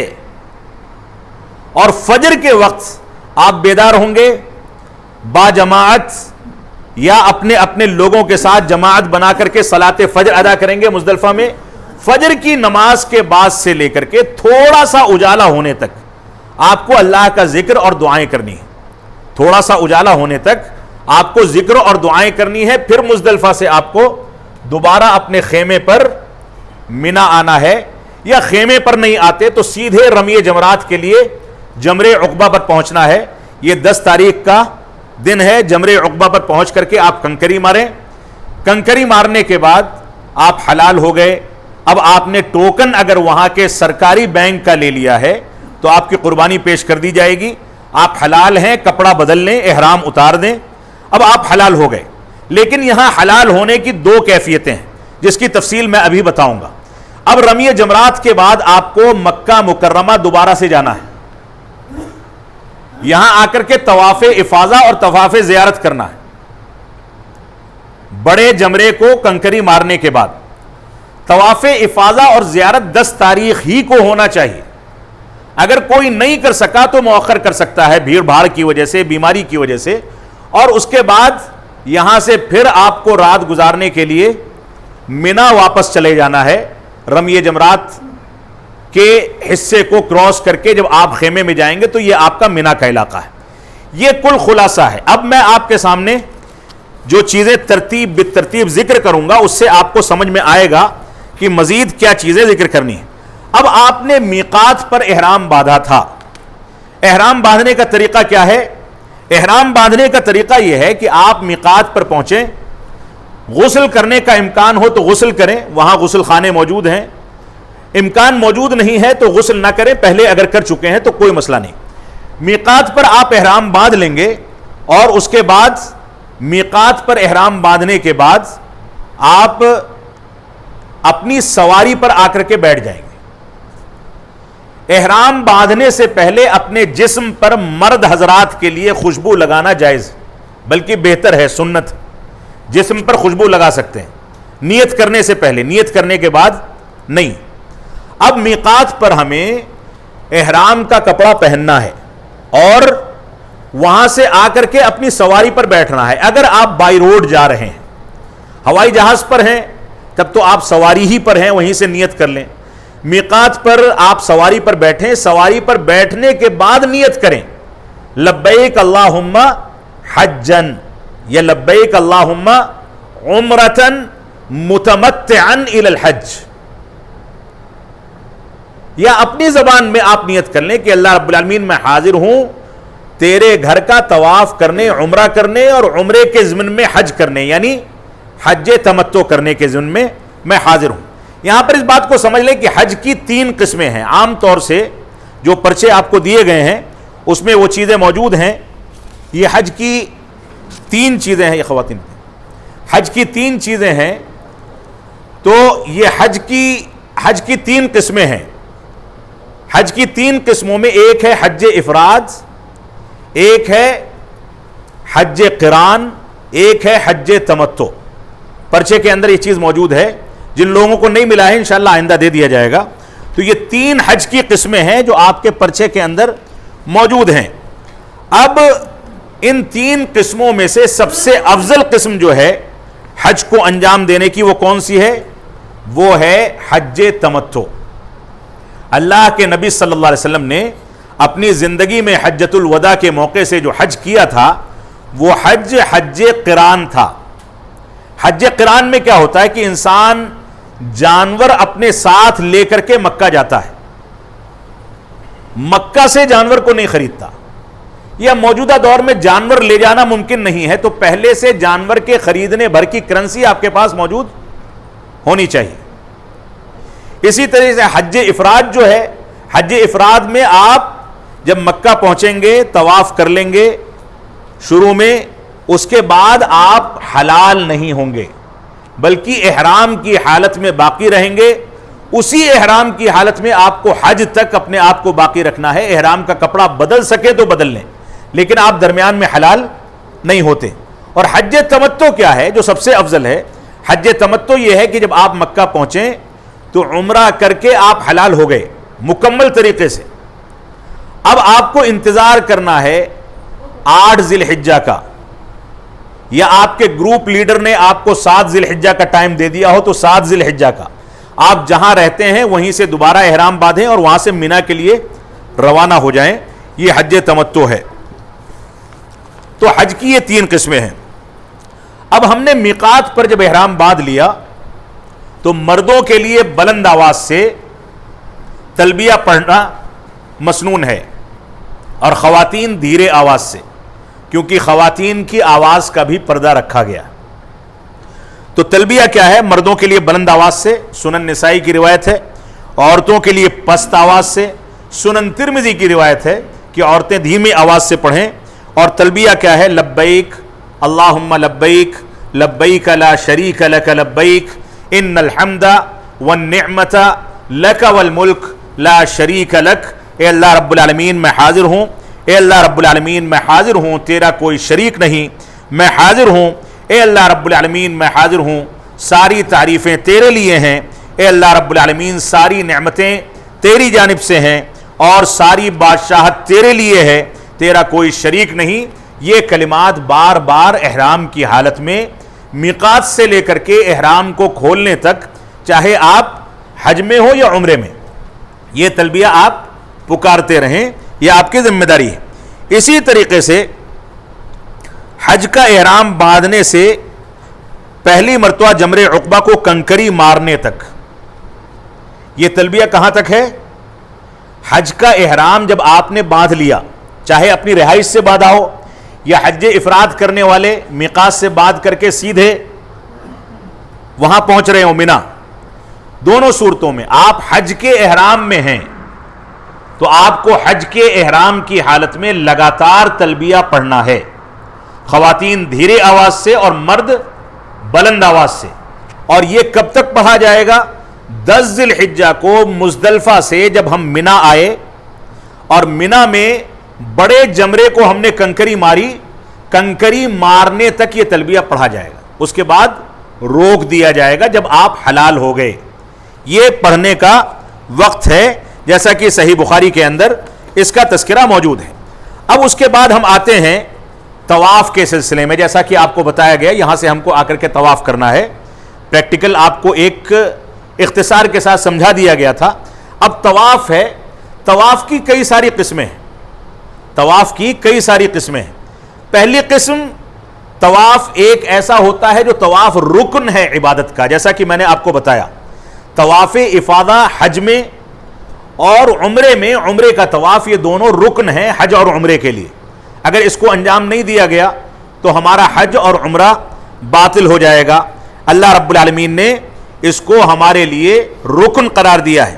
اسی طریقے سے بعض طواف ایسے ہیں جو واجب ہیں، جیسا کہ بتایا گیا طواف وداع، طواف وداع یہ واجب ہے، یعنی الوداعی طواف جس کو کہتے ہیں، یہ واجب ہے، اگر اس کو انجام نہیں دیں گے تو دم دینا ہوگا۔ اور اسی طریقے سے ایک طواف ہوتا ہے جو مستحب ہے، کریں گے تو ثواب ملے گا، نہیں کریں گے تو گناہ نہیں ملے گا۔ آپ عام طریقے سے مکہ میں طواف اور عمرے سے فارغ ہو گئے، احرام آپ نے کھول دیا، حلال ہو گئے، اب ہر نماز میں ہوٹل سے آپ جاتے ہیں مسجد حرام میں نماز پڑھنے کے لیے، تو ایسی صورت میں اگر آپ کو موقع ملتا ہے تو طواف کرنا مستحب ہے، موقع نہیں ملتا ہے تو کوئی حرج کی بات نہیں۔ اور اس بات کو سمجھ لیں کہ مکہ مکرمہ میں مسجد حرام میں نماز ادا کرنے کا ثواب کتنا ہے؟ ایک نماز کا 1,00,000 نمازوں کے برابر۔ مسجد نبوی مدینہ منورہ میں ایک نماز کا 1,000 نمازوں کے برابر، 50,000 نہیں، 1,000 نمازوں کے برابر۔ اور مسجد اقصی فلسطین، اللہ رب العالمین ہمارے لیے اس کی فتح یابی کو آسان بنائے اور مسلمانوں کو اپنے اخلاق اور دین کی جانب رجوع کر کے اس کی بازیابی کے لیے کوشش کرنے کی توفیق عطا فرمائے۔ مسجد اقصی میں ایک نماز کا ثواب 500 نمازوں کے برابر، یہ اس کے الگ ثواب رکھے گئے ہیں۔ تو طواف میں بعض طواف رکن ہیں، بعض واجب ہیں، بعض مستحب ہیں۔ طواف کی فضیلت کے بارے میں ابن عمر رضی اللہ تعالی عنہما فرماتے ہیں، سمعت رسول اللہ صلی اللہ علیہ وسلم یقول من طاف بالبیت وصلی رکعتین کان کعتق رقبہ، فرمایا جس نے اللہ رب العالمین کے گھر یعنی خانہ کعبہ کا طواف کیا، طواف کرنے کے بعد طواف کی 2 رکعتیں نفل پڑھی تو گویا اس نے ایک گردن آزاد کی، ایک غلام کو آزاد کیا۔ یہ ابن ماجہ کی صحیح سند کی روایت ہے۔ لہذا طواف کرنے کی اس فضیلت کو اپنانے کے لیے ہمیں کثرت کے ساتھ اس سفر کے دوران طواف کرنے کی کوشش کرنی چاہیے۔ اسی طریقے سے رکن یمانی اور حجر اسود، رکن یمانی اور حجر اسود کے درمیان ہمیں جو دعا پڑھنی ہے وہ دعا ثابت ہے، ربنا آتنا فی الدنیا حسنۃ وفی الآخرۃ حسنۃ وقنا عذاب النار۔ اسی طریقے سے رکن یمانی اور حجر اسود کو چھونا، اور اگر موقع ملے تو حجر اسود کو بوسہ دینا۔ رکن یمانی کو صرف ہاتھ لگایا جائے گا، اور حجر اسود کو ہاتھ بھی لگا سکتے ہیں، موقع ہے تو چوم بھی سکتے ہیں، بوسہ بھی دے سکتے ہیں، دونوں چیزیں ثابت ہیں۔ تو رکن یمانی کو ہاتھ لگانا اور رکن یمانی کے بعد سے حجر اسود کے کونے تک ربنا آتنا فی الدنیا حسنہ وفی الآخرۃ حسنۃ وقنا عذاب النار یہ دعا پڑھتے رہنا یہ مسنون ہے۔ حجر اسود سے متعلق ہمیں ایک چیز سامنے رکھنی چاہیے۔ حضرت عمر بن خطاب رضی اللہ تعالیٰ عنہ فرماتے ہیں، کہتے ہیں کہ وہ حجر اسود کے پاس آئے اور اس کو سامنے کر کے فرمایا کہ میں جانتا ہوں کہ تو ایک پتھر ہے، لا تضر ولا تنفع، نہ نقصان پہنچا سکتا ہے نہ فائدہ پہنچا سکتا ہے۔ اگر میں نے اپنے پیارے حبیب جناب محمد الرسول اللہ صلی اللہ علیہ وسلم کو تجھے بوسہ لیتے ہوئے نہ دیکھا ہوتا تو میں کبھی بوسہ نہ لیتا۔ یہ شریعت ہے، بالکل صاف کر دیا کہ پتھر تو پتھر ہے، لیکن ہماری شریعت نے یہ کہا ہے کہ اس کو بوسہ لینا ہے، لہذا لیں گے، اس کے تقدس کی وجہ سے بوسہ نہیں لیتے۔ وہی حجر اسود لا کر کے یہاں رکھ دیا جائے تو اس کو بوسہ لینا جائز نہیں ہوگا۔ وہی خانہ کعبہ اٹھا کر کے وہاں سے کہیں دوسری جگہ نصب کر دیا جائے تو اس کی جانب سجدہ کرنا جائز نہیں ہوگا۔ یہ ایک علامت ہے، ایک نشان ہے، ایک جہت ہے جس کی جانب رخ کر کے نماز ادا کرنا اللہ کی عبادت کرنے کے مانند ہے، کیونکہ کوئی نہ کوئی جہت تو متعین کی جانی تھی، اس وجہ سے خانہ کعبہ کو ایک جہت کے طور پر متعین کیا گیا۔ تو یہ خانہ کعبہ کے بارے میں حضرت عمر بن خطاب رضی اللہ تعالیٰ عنہ حجر اسود کے بارے میں ایسا فرماتے تھے، صحیح مسلم کی حدیث ہے۔ اور کہتے ہیں ابن عمر، میں نے اللہ کے نبی صلی اللہ علیہ وسلم کو دیکھا کہ آپ حجر اسود کو چھوتے تھے اور اس کے بعد ہاتھ کو بوسہ لیتے تھے، یا چھڑی سے چھو دیتے تھے اور چھڑی کو چوم لیتے تھے، لہذا ایسا کرنا بھی درست ہے۔ یہ صحیح بخاری کی روایت ہے۔ حجر اسود کی جانب اشارہ کرنا کافی ہے، اگر بھیڑ ہے تو حجر اسود کی جانب دور سے اشارہ کر دیا جائے یہ کافی ہے، صحیح بخاری کی روایت ہے۔ اسی طریقے سے حجر اسود کی طرف اشارہ کی صورت میں اللہ اکبر کہا جائے گا۔ یہاں باریک فرق کو سمجھیں، اگر حجر اسود کی جانب اشارہ کرتے ہیں تو کیا کہیں گے؟ اللہ اکبر، صرف اللہ اکبر، صحیح بخاری کی روایت ہے۔ اور چھونے کی صورت میں بسم اللہ اللہ اکبر، اللہ اکبر کے ساتھ بسم اللہ بڑھایا جائے گا۔ چھونے کی صورت میں بسم اللہ اللہ اکبر، اشارہ کرنے کی صورت میں اللہ اکبر، یہ اللہ کے نبی صلی اللہ علیہ وسلم کی سنت ہے، بیہقی وغیرہ کی روایت میں بھی صحیح سند سے یہ ثابت ہے۔ طواف میں کوئی بھی خاص ذکر مسنون نہیں ہے، جیسا کہ میں نے بتایا کہ رکن یمانی سے حجر اسود تک ہمیں ربنا آتنا فی الدنیا حسنہ وفی الآخرۃ حسنۃ وقنا عذاب النار یہ دعا پڑھنی ہے۔ اس کے علاوہ پورے طواف میں کوئی خاص ذکر مسنون نہیں ہے۔ بہت سارے لوگوں کو آپ نے دیکھا ہوگا، پہلے طواف کی دعا، دوسرے چکر کی دعا، تیسرے چکر کی دعا، چوتھے چکر کی دعا، یہ سب فضول باتیں ہیں۔ دعا آپ اپنے دل سے جو کر سکیں کریں، اپنی زبان میں کریں، جس دعا کو مانگنے کی ضرورت محسوس کی جا رہی ہے اس دعا کو اللہ رب العالمین سے کریں۔ صرف رکن یمانی اور حجر اسود کے درمیان ایک خاص دعا ہے، باقی پورے چکر میں آپ اپنے دل سے جو دعا نکلتی ہے وہ دعا کریں، وہی دعا زیادہ قبول ہوتی ہے جو دل کی گہرائی سے نکلتی ہے۔ اسی طریقے سے طواف میں کوئی بھی عمل ثابت نہیں ہے، اور یہاں پر ربنا آتنا ثابت ہے۔ یہ مسند احمد ابو داؤد کی حسن روایت ہے، جس سے ربنا آتنا رکن یمانی اور حجر اسود کے درمیان پڑھنا ثابت ہوتا ہے۔ اسی طریقے سے طواف میں ہم عمرے کے طریقے کو ختم کر کے اپنا درس ختم کریں گے، بقیہ تکمیل کل کی جائے گی۔ اب ہم ابھی جو طواف کر رہے ہیں یہ عمرے کا طواف ہے۔ ہم نے حجر اسود سے طواف کو شروع کیا، اشارہ کرنے پر بسم اللہ اللہ اکبر نہیں بلکہ صرف اللہ اکبر، اور چھونے پر یا بوسہ لینے پر بسم اللہ اللہ اکبر۔ یہاں سے ہمارے طواف کی ابتدا ہو گئی۔ اب یہ 7 چکر آ کر کے ہمارے رکن یمانی ہی پر پورے ہوں گے، حجر اسود ہی پر پورے ہوں گے۔ حجر اسود کے بالمقابل اس کارنر پر ایک ہری بتی جلتی ہے، جس سے آپ یہ اندازہ کر سکتے ہیں بھیڑ کے باوجود کہ ہم حجر اسود والے رکن پر پہنچ گئے۔ اس ہری بتی سے آپ اندازہ کر لیں۔ تو یہاں پر ہمیں اس بات کا خیال کرنا ہے کہ ہم یہ جو طواف کریں گے یہ طواف قدوم کہلاتا ہے۔ طواف قدوم یعنی جب ہم مکہ میں داخل ہوئے تو وہاں داخل ہونے کے بعد پہلا طواف جو کیا جا رہا ہے یہ طواف قدوم ہے. طواف قدوم کیسے کیا جائے گا اس بات کو سمجھ لیں. اس کی مستقل صفات ذکر کی گئی ہیں جس کی عملی تطبیق آپ کے سامنے پیش کرنی ضروری ہے. طواف قدوم کیا جائے گا. احرام ہم جو باندھیں گے میقات سے مردوں کے لیے، عورتیں سادہ لباس پہنیں گی. ایک احرام کا ٹکڑا تہبند کے طور پر نیچے باندھا جائے گا اور دوسرا ٹکڑا اوپر کی جانب ایسے اوڑھا جائے گا، ایسے اوڑھ لیا جائے گا مردوں کے لیے. یہ ہے. اب طواف قدوم میں جب ہم پہنچیں گے تو طواف قدوم میں دو چیزیں مسنون ہیں مردوں کے لیے، عورتوں کے لیے نہیں. دو چیزیں مسنون ہیں. ایک تو یہ ہے کہ شروع کے 3 چکروں میں، شروع کے 3 طواف میں اپنا داہنا کندھا کھولا جائے گا. یہ چادر نیچے سے نکال کر کے اس کندھے پر ڈالی جائے گی. اور طواف قدوم میں 2 چیزیں، ایک اضطباء اور ایک رمل، 2 چیزیں مسنون ہیں. اس کو اضطباء کہتے ہیں. داہنا کندھا کھول لینا یہ اضطباء ہے. یہ اللہ کے نبی صلی اللہ علیہ وسلم کی سنت ہے. چھوٹ جائے تو عمرے پر کوئی فرق نہیں پڑتا، لیکن آپ ایک سنت سے محروم ہو جائیں گے. اضطباء جو ہے اس کو کہا جاتا ہے کہ ہم چادر کے اس سرے کو اپنے کندھے کے نیچے سے نکال کر کے اس کندھے کو کھول لیں. نیچے کوئی کپڑا نہیں ہوگا، کندھا بالکل ننگا ہوگا. یہ مردوں کے لیے. اور اس کے بعد استوا کے بعد دوسری سنت جو ہے، یہ استوا کی سنت جو ہے ابو داؤد کی حسن حدیث کے اندر موجود ہے. اسی طریقے سے طواف قدوم کی دوسری سنت جو ہے وہ رمل ہے. رمل کہتے ہیں طواف قدوم کے شروع کے 3 طوافوں میں، شروع کے 3 چکر میں ہم رمل کریں گے مردوں کے لیے. رمل کیا ہے؟ ہم جو چلیں گے دل کی چال چلیں گے، یعنی طواف نارمل چال کے ذریعے نہیں ہوگا، بلکہ ہاتھ ایسے کر لیں اور تھوڑا سا اس انداز سے طواف کو انجام دیا جائے.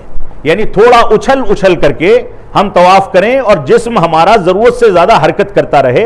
3 چکروں میں ایسا کیا جائے گا اور 3 چکر مکمل ہونے کے بعد اپنا کندھا ڈھانک لیں اور نارمل چال طواف کرتے رہیں. یہ طواف کی سنتیں ہیں جو طواف قدوم کے اندر انجام دی جائیں گی. اس کے بعد دل کی چال کی بات جو ہے یہ صحیح بخاری اور صحیح مسلم کے اندر موجود ہے، یعنی رمل کرنے کی بات.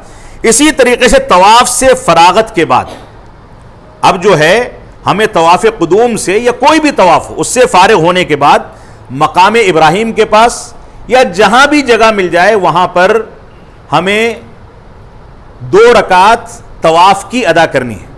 2 رکعت طواف کی ادا کرنی ہے.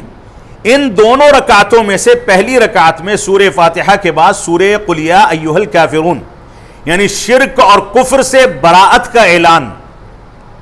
یہ حج کے مظاہر میں سے ایک مظہر ہے، جیسا کہ خطبہ جمعہ میں اس پر تفصیل آئی تھی.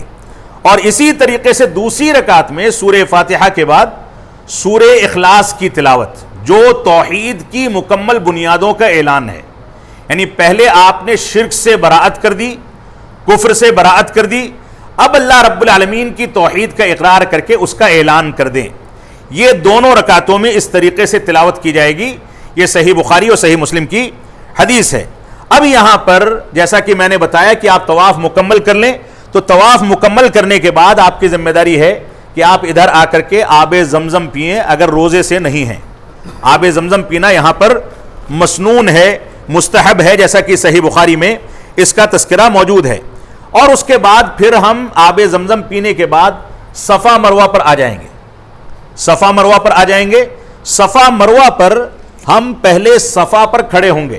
صفا کی پہاڑی سے اپنے سعی کی ابتدا کریں گے. یہاں پر لوگ غلطی جو کرتے ہیں وہ غلطی یہ ہوتی ہے کہ صفا سے مروہ اور مروہ سے صفا اس کو ایک چکر شمار کرتے ہیں. ایسا نہیں ہے. صفا سے مروہ تک ایک چکر ہو گیا، اب مروہ سے صفا پر دوسرا ہو گیا. اس طریقے سے 7واں چکر آپ کا کہاں مکمل ہوگا؟ مروہ پر مکمل ہوگا. یہاں پر جو عمل مسنون ہے وہ عمل یہ ہے کہ ہم صفا کی پہاڑی کے پاس جا کر کے اس کے دامن میں کھڑے ہو جائیں، خانہ کعبہ کی جانب رخ کر لیں. وہاں سے خانہ کعبہ بھیڑ نہیں ہے تو نظر بھی آتا ہے، اس کی جانب رخ کر لیں اور اس کے بعد آیت کریمہ پڑھیں، ان الصفا والمروۃ من شعائر اللہ فمن حج البیت او اعتمر فلا جناح علیہ ان یطوف بہما ومن تطوع خیرا فان اللہ شاکر علیم. یہ آیت کریمہ کی تلاوت کریں گے اور اس آیت کریمہ کی تلاوت کے بعد قبلے کی جانب رخ کر کے، خانہ کعبہ کی جانب رخ کر کے ہم دعا پڑھیں گے، لا الہ الا اللہ وحدہ لا شریک لہ لہ الملک ولہ الحمد یحیی ویمیت وہو علی کل شیء قدیر، لا الہ الا اللہ وحدہ لا شریک لہ لا الہ الا اللہ انجز وعدہ ونصر عبدہ وہزم الاحزاب وحدہ۔ صحیح مسلم کی حدیث ہے جس میں اللہ رب العالمین نے ہم کو توحید کا درس پھر سے دیا، فرمایا کہ وہاں کھڑے ہو کر کے دعا پڑھو کہ اللہ کے علاوہ کوئی معبود حقیقی نہیں، اس کا کوئی شریک نہیں، ساری بادشاہت اس کے لیے ہے، ساری تعریفیں اس کے لیے ہیں، وہی زندگی دینے والا، وہی موت دینے والا ہے، وہ ہر چیز پر قادر ہے۔ اور پھر سے کہا جائے کہ اللہ رب العالمین کے علاوہ کوئی معبود حقیقی نہیں، وہ تنہا ہے، اس کا کوئی شریک نہیں، اللہ رب العالمین کے علاوہ کوئی معبود حقیقی نہیں، پھر سے کہا جائے تیسری بار، اور اس کے بعد اقرار کیا جائے کہ اللہ رب العالمین نے اپنے وعدوں کو پورا کیا، اپنے بندے یعنی محمد صلی اللہ علیہ وسلم کی مدد کی، وَهَزَمَ الْأَحْزَابَ وَحْدَهُ، اور پورے کفار و مشرکین کے بڑے بڑے طاقتور لشکروں کو اللہ رب العالمین نے تنہا شکست دے دی۔ یہ عہد و پیمان وہاں کیا جائے، اور اس کے بعد صفا سے مروہ تک ہم جائیں گے۔ مردوں کے لیے یہاں پر جو عمل مسنون ہے، یہاں آپ دیکھ رہے ہیں کہ اوپر کی جانب ایک لائٹ لگی ہے ہرے رنگ کی جو نظر آ رہی ہے، فریم بنا ہوا ہے، اس فریم کے درمیان مردوں کو دوڑنا ہے، اس فریم کے درمیان مردوں کو دوڑنا ہے، ایک ہری بتی سے دوسری ہری بتی تک تیزی کے ساتھ دوڑیں۔ خواتین عام چال چلیں گی، اور صفا سے جب مروہ جائیں گے تب بھی دوڑیں گے، مروہ سے صفا آئیں گے تب بھی دوڑیں گے۔ یہ مردوں کے لیے مسنون ہے، اگرچہ یہ عمل خواتین کا ہے۔ کیسے خواتین کا ہے؟ جب آب زمزم کی تلاش میں ابراہیم علیہ السلام نے اسماعیل علیہ السلام اور اپنی بیوی ہاجر کو یہاں چھوڑ دیا تھا بے آب و گیاہ میدان میں، وہاں کچھ نہیں تھا اس وقت، نہ پانی تھا نہ کھانے پینے کا سامان تھا، بالکل چٹیل میدان، وہاں چھوڑ دیا۔ ان کی بیوی بار بار پوچھتی تھی کہ آپ ہم کو یہاں چھوڑ کر کے کیوں جا رہے ہیں، یہاں تو زندگی کا نشان بھی نہیں، ہم تو مر جائیں گے۔ تو یہ خاموش رہے ابراہیم علیہ السلام۔ انہوں نے پھر سے پوچھا کہ کیوں چھوڑ کے جا رہے ہیں، پھر خاموش رہے۔ تیسری بار پوچھا کیوں چھوڑ کے جا رہے ہیں، کیا اللہ رب العالمین کا حکم ہے؟ تو انہوں نے کہا کہ ہاں اللہ رب العالمین کا حکم ہے۔ اور اس موقع سے اس خاتون نے جو اسوہ اور نمونہ پیش کیا تھا وہ ہمارے لیے سب سے بڑا نمونہ ہے۔ انہوں نے کہا جب اللہ کا حکم ہے تو وہ ہماری نگہبانی کرنے والا ہے، لہٰذا وہاں ان کا چھوٹا سا بچہ پیاسا روتا رہا، اپنی ایڑیاں گھستا رہا، اور اسی ایڑی کو گھستے گھستے وہ بچہ پانی کی وہاں پر ایک سوتا نکل آیا۔ اس درمیان جب یہ پانی تلاش کرتی تھی کہ بچے کے پیاس بجھ جائے تو یہ صفا سے مروہ تک دوڑتی تھی، مروہ سے صفا تک دوڑتی تھی، اور دیکھتی تھی کہ کہیں کوئی شخص مل جائے کہ پانی مل جائے، میں بچے کو پانی پلا دوں۔ اتنی دیر میں کیا دیکھتی ہیں کہ بچے کو جہاں لیٹا کر کے آئی تھی وہاں ایڑی گھستے گھستے پانی کا چشمہ پھوٹ گیا۔ یہ 7 چشموں کا مجموعہ تھا جس میں اللہ رب العالمین نے پاکیزگی، غذائیت، پیاس کو دور کرنے کا مادہ اور شفا یابی ساری چیزیں رکھی۔ یہ 7 چشمے جب ملتے ہیں تو اس کے اندر ہر بیماری کی شفا پیدا ہو جاتی ہے۔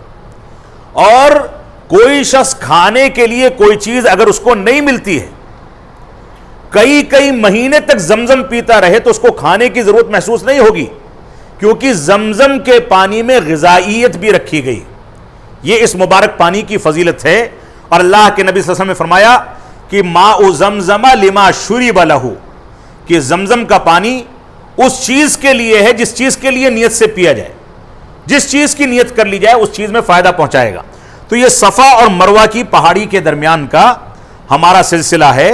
اب صفا پر ہم نے جو دعا پڑھی، مروہ پر پہنچنے کے بعد وہی دعا پڑھیں گے اسی طریقے سے۔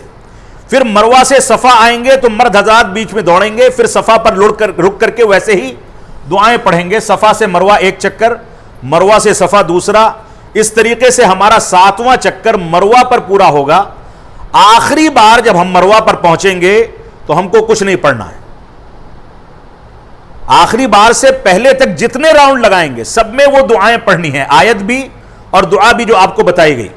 درمیان میں آپ کوئی بھی دعا پڑھیں، کوئی خاص دعا مسنون نہیں ہے، درمیان کے چکر میں کچھ بھی دعا کریں، تلاوت کریں، زبان سے کچھ بھی دعا کرتے رہیں، سب ثابت ہے، سب صحیح ہے، کوئی خاص دعا یہاں پر مسنون نہیں ہے۔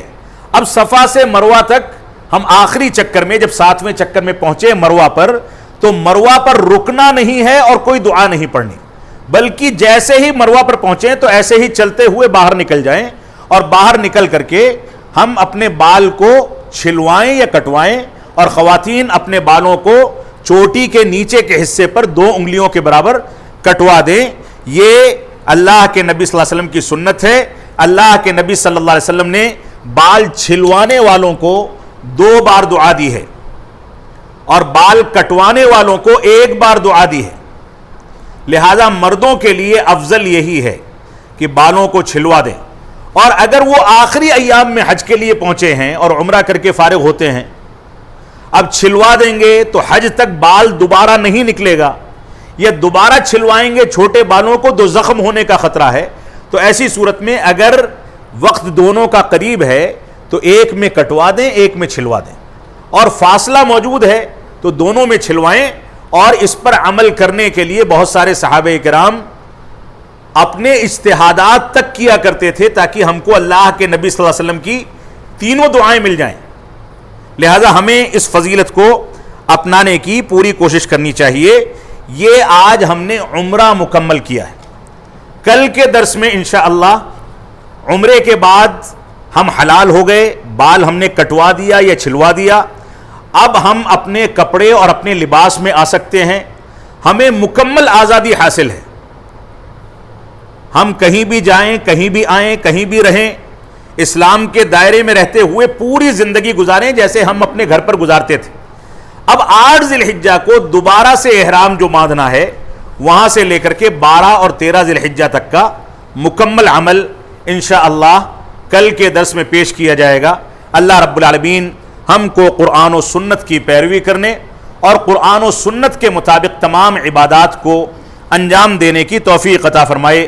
وصلی اللہ علی نبینا محمد وعلی آلہ وصحبہ وسلم۔ والسلام علیکم ورحمۃ اللہ وبرکاتہ۔